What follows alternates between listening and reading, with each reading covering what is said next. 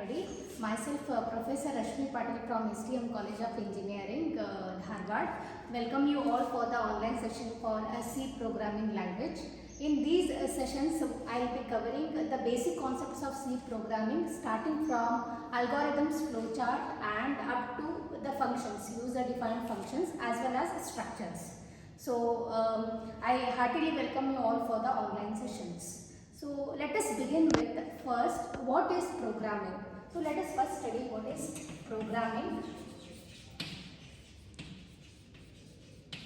To understand this, first you have to know how exactly the computers will work. So, you have a computer system over here, okay? Then, how exactly the computer works on behalf of us? How can it perform the various computations, complex computations? Okay, so we will be supplying the input to the computer system. Then, the computer system will be processing it with the help of central processing unit, logical unit, and then it will be giving the output in the desired format. This is the basic mechanism or the working principle of computers. Okay, then how can we relate with this terminology called programming? For that you need to understand what is program. Okay, we suppose let us take up a simple example to explain what is a program. Okay, we need to add two large numbers. Okay, for that suppose take this number and these are the two numbers I am supposed to add. Okay, so for us it takes a few minutes of time to do the computation manually, but with the help of computer I can perform this operation, addition operation, within fraction of second. How is that possible? So I can give instructions to the computer to perform this task, and whatever instructions I am giving, I am calling it as a program. And to write a program, I need to go for using certain languages. The way we use the natural language or the mother tongue, say Kannada, English, Hindi, Marathi. Why we use language? In order to make other person understand whatever we talk in better way. Similarly, we need to go for using the programming languages to make computer understand whatever we are giving as an order to it. So for our sessions, we will be taking C programming language.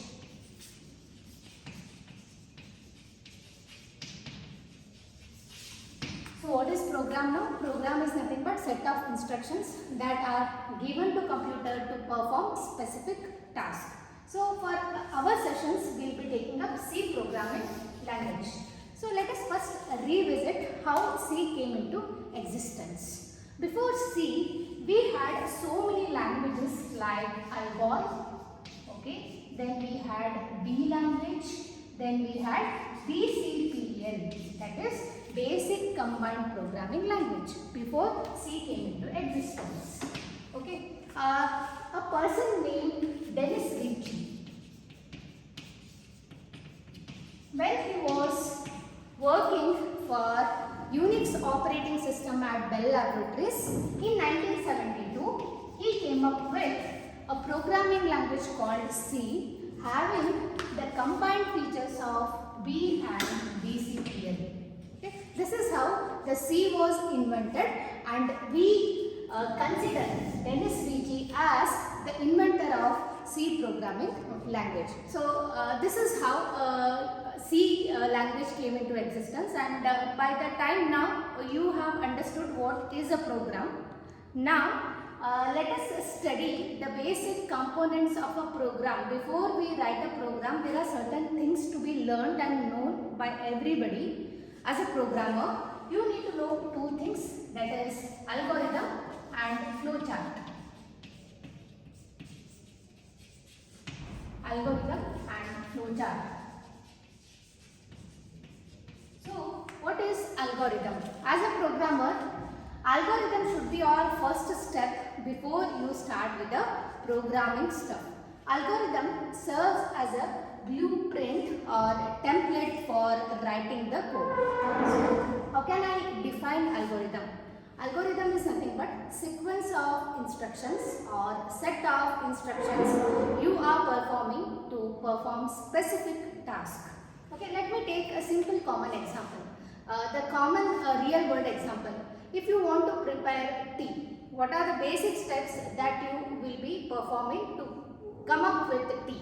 Okay, first thing that you do is you take a vessel, then put water, certain quantity of water, then put on the stove.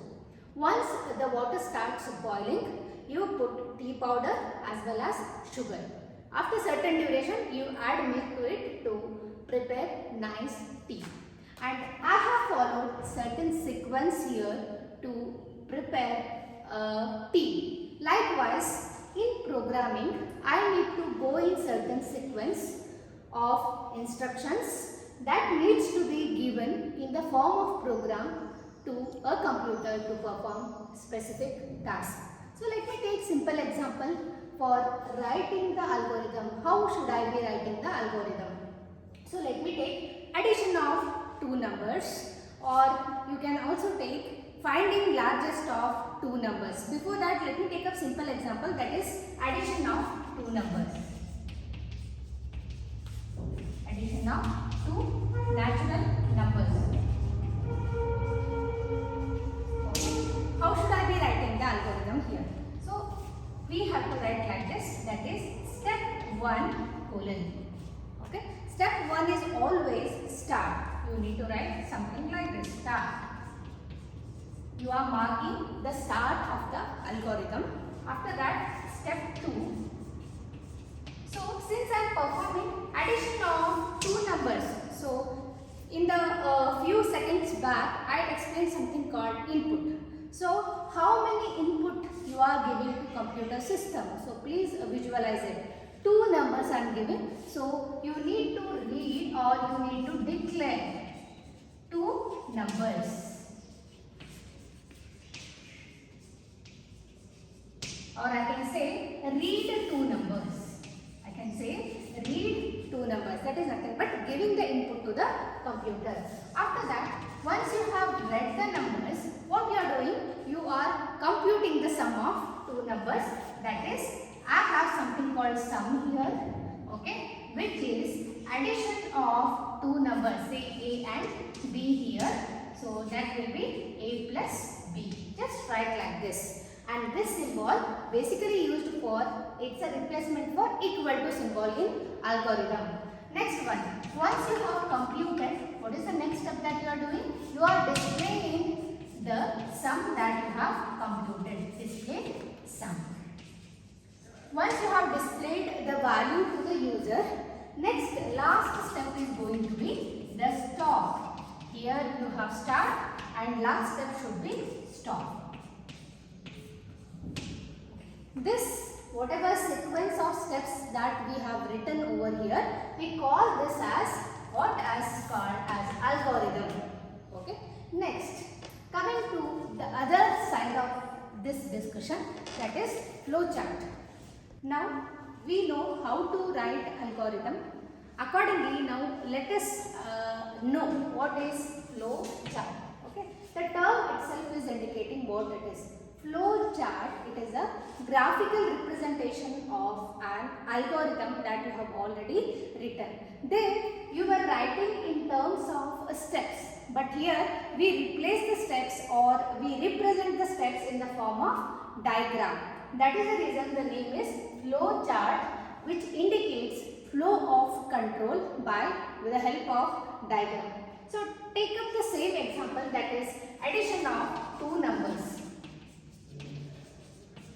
Addition of two numbers. Before I draw the flowchart for this particular example, you need to know certain symbols associated with the flowchart for each step that we have indicated in algorithm. For example, the first step in any algorithm that you take is start, and the last step is going to be stop. So there is a particular symbol that you need to use in flowchart for indicating start and stop. What is that? This symbol is basically used for start and stop. Next is about taking up the input, and this display in the output. We have common symbol for input and output operation. Okay, what is that? It's a parallelogram that we make use of to indicate input and output operation within the program. Next one is about processing. We have something called rectangle shape symbol for indicating processing. Okay, we will be using these symbols in the forthcoming example to show how we can draw the flowchart. See, let's take up one simple example to draw the flowchart. That is addition of two numbers. Let us say A and B. Those are two input variables that I am going for, and sum is the variable in which I am storing the added value. Okay. So as I have already explained, the first symbol that we need to use for start is the round-ended box, that is for start. Okay. Same thing, the way we have written the algorithm, same I am depicting in the form of diagram called flowchart. Okay. After that, I am reading two numbers because to perform addition of two numbers, I must be reading two numbers and I am calling them with the name A and B. After that, I need to compute the sum, that is the rectangle box should be used for processing, that is sum. Indicate the same steps that you have written in the algorithm within the box. Sum is equal to A plus B, or you can also write like this. That is the regular way of writing the expression. Sum is equal to A plus B. Once I have some value with me, I need to display the value to the user, and for output the same symbol as that of the input that I have used, that is display or print some value. Once I am done with printing the value of sum, the last step of any algorithm will be the stop. Okay, write stop and connect all the components with the forward arrow mark. That completes the flowchart. Okay, this is how we can draw the flowchart for any given example. Second example that we will be taking up is at a greatest of two numbers or largest of two numbers. So let me write here greatest of two numbers or largest of two numbers. Okay, let me take only two numbers. See, what is a common way of finding out solution for such question? Suppose I have two numbers with the name A and B. Let me take A value as 10 and B value as 20. Now, if I ask you a question, which is greatest among these two numbers? Obviously, the answer is going to be B, because you do the comparison of two numbers A and B. Is 10 greater than 20? You will ask question to yourself. Then the answer that you get is no, A is not greater than B. In fact, B is greater than A, and you will say, Madam, 20 is the greatest number. How can I do these things in algorithm as well as in flowchart? So let me write the algorithm first for this particular example. That is, step 1 remains the same, that is start. Then the step 2, that is input reading. That is, I am going to read two values, read A and B. Same values I am taking now. It can be 10, 20, it can be 30, 10, 10, it can be 40, 50. Any values entered by the user. Next one, step 3. Now it is very, very important. I have to do the comparison. And in school or in college, you might have used certain symbols like less than, greater than, less than or equal to, greater than or equal to. These we call as relational operators, which we will be studying in the forthcoming sessions. Before that, let me choose only one symbol here, that is greater than. Suppose I write like this. If is the predefined word that I will be using in program. For doing the comparison. If A is greater than B, then what it says? If at all A value is greater than B value, then you go to step 4. Go to step 4. Okay, let me write step 4 here. That is, if at all A value is greater than B value, that indicates A value is greater than B. That means display A is greater than B. A is greater than B. Greater than B. Otherwise, you write something like this. Step 5. When A value is not greater than B value, that indicates B is greater than A. Okay. Display B greater than A. You need not perform this operation again. You can directly conclude saying that B is greater than A. Okay. Here, after going to step 4, once I display this, I need not display this message. That is the reason I have to write something called go to step 6. Where step 6 basically indicates stop. Step 6, stop. And here, after executing step 5, it will immediately come to the execution of step number 6. So you need not write here go to step 6. Only for this particular step 4, you are supposed to write go to step 6 because I want to skip this particular step. Now, let me convert this algorithm into a flowchart. Okay, let us just represent these steps by drawing the flowchart. It's very easy. Okay, just mark these things with the symbols. So the first step is the start. How do I represent it in flowchart? Write this symbol. So please write like this. Draw this symbol, that is start. Write as it is. After start, what I am doing? What is the next step? Reading two values, that is A and B. How do I represent the reading operation? That is with the parallelogram symbol. Read A comma B. After that, do the comparison. Now it is very, very important. Which symbol should I use for representing the comparison stuff? That is, I need to go for using the rhombus shaped symbol. That is, I need to write everything like this. Is A greater than B. Whatever I have written here, same thing I have written. It is not if, it is is.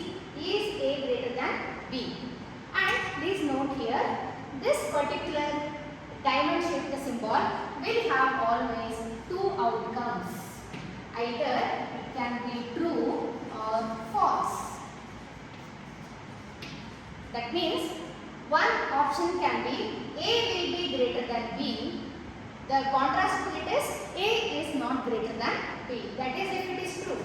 What is that? If A is greater than B, then go to step 4. If it is true, then what is step 4? It tells display A is greater than B.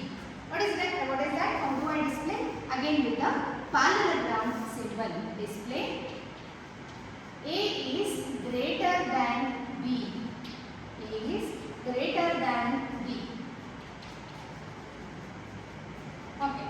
Please consider this side, this outcome of this diamond shaped symbol. That is, please consider if A is greater than B. Suppose if A is not greater than B, note that this step will be skipped. Immediately the step number 5 will be executed. It will be considered by the computer. That is, display B is greater than A. That is, I need to go to the false branch of this particular condition.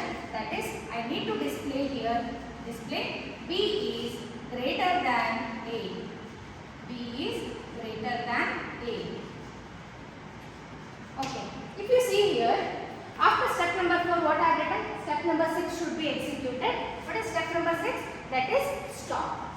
Okay. Let me draw the symbol that indicates stop. Okay. That is, this is step number 4. So let me connect here.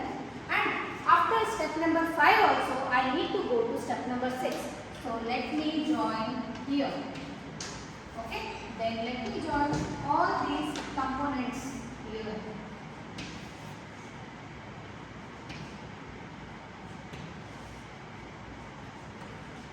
This is the flow chart for finding out greatest of two numbers. And what you have learned in this particular example is how do I denote the conditional statement whenever I am checking for particular condition.